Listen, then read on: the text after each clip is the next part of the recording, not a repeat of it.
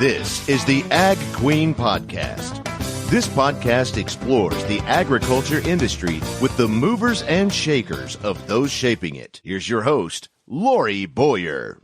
Today, my guest is Steve Cebulkin. He is the CEO of a company called BioLumic, which we'll be learning more about here today. But Steve, first off, tell us more about your background.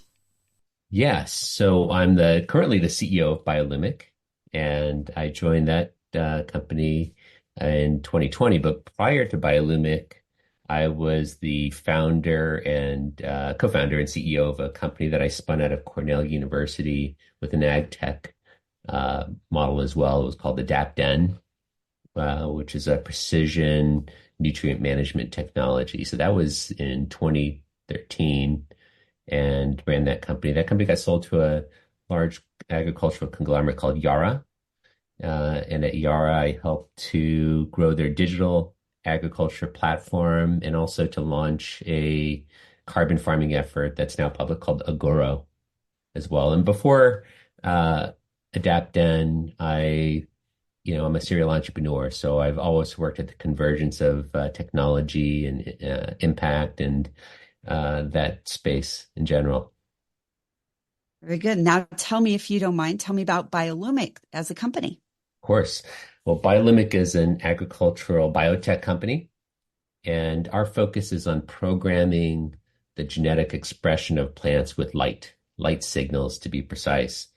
And what we're doing is we're using these light signals photomorphogenically, which essentially means that we are using light to regulate genetic expression to induce changes without changing underlying genetics of plants. We're driving yield and quality and vigor by directing the plants with these signals. Most of our focus is on seeds.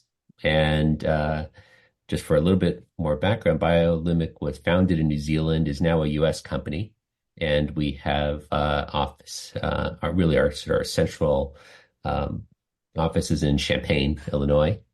And we have a science appendage out in Beverly, Massachusetts. I'm in New York. Okay. All right. Good to know. And I was going to ask you what the relation was with Champagne. So thanks for mentioning that. And we're going to be talking specifically about corn here in just a moment. But my question to you, Steve, is how do you even get turned on to using these light signals? Where did that even start? How did you find it? It's a great question and a fascinating history that precedes me. My colleague, Jason Borgent, he's a world-leading plant photobiologist. And his story is primarily goes back to a period where there was a very heavy focus on ozone depletion and the increase of UVB in particular, which is the primary spectrum that we gravitate around. And at that time, looking at the detrimental effects potentially of UVB light on large crops. One of the things that Jason recognized was that plants, because of their ability to adapt, of course, they're unbelievably capable of protecting themselves, could respond in a way that had a positive outcome. And so really the central idea of BioLumic was born through that. Could we use light signals in a very specific way to improve, without damaging the plant, to improve the outcomes of crops for farmers in better yield or plant protective capability. And so that was really the origin point for BioLumic. That is fascinating. How long ago did you start this research? Well, Jason began that in 2013, and really before that, but 2013 was the beginning point for BioLumic. I started in 2020 at a time which concurs with our shift a bit from focusing on plants, which was really the beginning point, very young plants, to seeds. And I should mention here that all of our light signal treatments are one time. And so for plants, it's a few days, but for seeds, it's very, very short, just a one-time application, a minute, less than a minute now, and going down. And so, that capability is the thing that we've been focusing on here for the past several years in large-scale trials and our genetic expression work, our launch of the Champaign office, and really where we're making most of our commercial efforts right now. Is the light signal treatment actually done in a lab or out in the field? No, it's done. So the treatments are done in a seed conditioning facility. So we partner, for example, with a great innovative seed production company called Grow Alliance, which some of your listeners will very likely know. They work with large and mid and small seed companies. And the seed conditioning facility, of course, takes the seed off the ground and off the field, pulls it in, cleans it, conditions it, grades it, puts it in a bag or bin for farmers to use. And so we're integrated into that process. And because all of our treatments occur early before the seeds are sown, once the farmer receives them, they are put directly into the ground. So it's not a lab-based approach or anything. There's no dangling lights or anything, sort of, in that direction. And again, referring back to where we kind of started on talking about corn, because that's the information I got in a press release was about corn.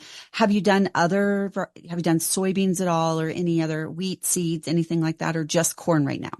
We've worked across 12 crops so far. Corn is where we're pushing most heavily, and I'll tell you about some of our new innovations there that have led to these partnerships that we just announced. But soybeans, we're very advanced in, and we've done work in rice, where we partner with the Bill and Melinda Gates Foundation. That's sustainable, right? This is to improve the vigor of rice plants so that they can be cultivated without flooding the field, right? So, which would reduce methane emission, but also reduce water usage and so on, and allow for mechanized fields. And then we work in forage grass, where we work with an entity called AgriZero here to increase the lipid content, the fat content of grass itself, better metabolically efficient for cows, reduces enteric fermentation as well, right? Methane emission as well. So we work across crops in different ways, and we produce these outcomes that are varied as well, depending upon the need of the cultivator. Steve, specifically speaking now on the corn, since we are talking to our corn and soybean farmers here in our area, let's talk about what the results have been so far that you have seen using the BioLumic technology. Yeah, so in corn, we started doing our large-scale field trials in 2021 in the Corn Belt, if you will. That one, the first year in 2021 was primarily focused on soybeans. So we've done soybeans all throughout. In 2022, we started doing our large-scale trials. We've done other work before that for years, as well on hybrid corn, and saw great results. Probably the most important results at 2021 and 2022 was, we were seeing up to double-digit yield gains, and we saw efficacy across different maturity groups and commercial varieties and different growing conditions, right? That's very important for a technology like ours. 2023, something sort of magical happened as well, which is we started focusing on inbred corn, these parent lines for producing seed that is then sown, of course, to farmers. And it's a very difficult process. These are very pure lines. They're pure because they are sort of a trait protection, but because they're pure, they don't yield well. There's a yield depression. And so they might yield at 30 or 35% of a hybrid corn field. And so we showed in our very first year, a 7.3% average yield gain here, which in that particular type of production is great. And we saw, sort of double-digit gains in some, which is where we're headed.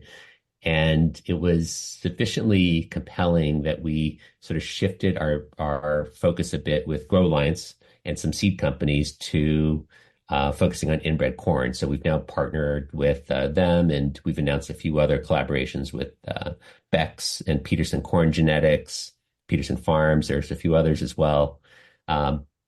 What is probably the most interesting thing that we're doing this year is that we're looking at pass-through, cross-generational pass-through of our trait benefits. So once we treat the inbred, the parent lines, we produce a hybrid. Does that hybrid, without us treating it, carry the same gains in vigor and compositional benefits and quality? So there's a lot of great work that we're doing there, great indications of that, and we're really excited about the corn work. When do you expect to have some results from that?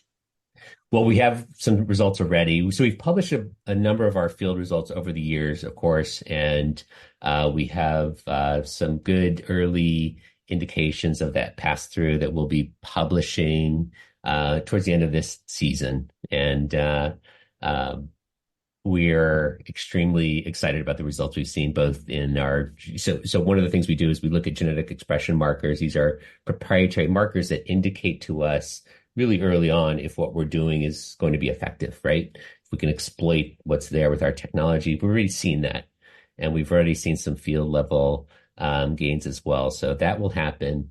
From a timing perspective, we are commercially launching for the 2025 season. So our seed treatments will be there for inbreds and hybrids, and we're adding a number of products over the ensuing years as well. Do you have any data or numbers on a percentage of yield increase as a result of using these seeds? Yeah, we typically will hit it. It always varies on variety, and your listeners know this well, variety and condition and season. But our gains here, and these are all done through third-party CROs, right? These aren't our internal lab reports or anything like that. They're done over large-scale field trials. Typically tend towards a double-digit yield gain for hybrid seeds. One of the yield is one of the traits that we're focusing on. So we also have shown, for example, an ability to invigorate the germination, reinvigorate, if you will, of seeds. And so, some on the arc of germplasm, there's sort of elite germplasm, there are value seeds, let's say. And part of the reason some seeds are value seeds is that they germinate really below a level that a lot of farmers would like to see. So we've shown our ability to use light signals to turn an 80 or 85% germinating seed into over a 90, 95%. So we're also launching those types of traits as well. We have traits that are coming here in composition. I've mentioned our ability to increase lipids. We have other traits that are coming that increase protein levels as well. So there's a portfolio here that we'll be putting into the market. Are they bred for weather tolerance, things such as drought or extremely wet conditions? That's a great question. One of the interesting things we've seen in corn and a few other crops is the ability to increase root biomass by about 30%. So a very large biomass gain. Roots are complex, right? They do all sorts of things. There are many, many types. And so what we do know is that root biomass increase has been kind of a driver of some of the nutrient testing that we've done, nutrient efficiency testing. We are confident that it would be helpful for anti-lodging, for things like wheat and, that type of thing. And of course, a big focus of everyone's, ours as well, is the ability to withstand variable weather, right? Increasing variable weather. And so, we've seen vigor, establishment, root growth changes that we are confident will be conducive to those types of tolerances and resistance to drought and that type of condition. Can you also use your traditional fungicides and other treatments on there, biologicals, things like that? Absolutely. This is a stackable complementary element. So we often talk about so we call our traits genetic expression traits. And the reason we do that is that we're not changing the underlying genetics. And that has some benefits to farmers, right? Because it's quicker to market. And our process is quick. We have think of it as a template or a program that we have for certain crops, depending on the homogeneity of it. And so that we are able to really quickly, once we go down a path, add additional varieties and so forth. And because we don't change the underlying genetics here, unlike a GMO crop, for example, there's less development time, but also certainly far less regulatory time. That said, we do all sorts of testing with biotech crops. Those are very powerful and I think extremely important technologies, and we stack with those. And same thing with chemical traits as well, right? This is simply an additional benefit that works as an arrow in the quiver, right? One of the things that farmers have at their disposal.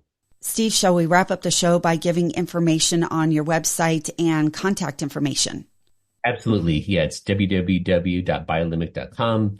We're reachable at info@biolumic.com as well. And we would love to hear from anyone with questions and thoughts. My guest here once again today, Steve Cebulkin, CEO of BioLumic. Thanks for tuning in to this edition of the Ag Queen Podcast with your host, Lori Boyer.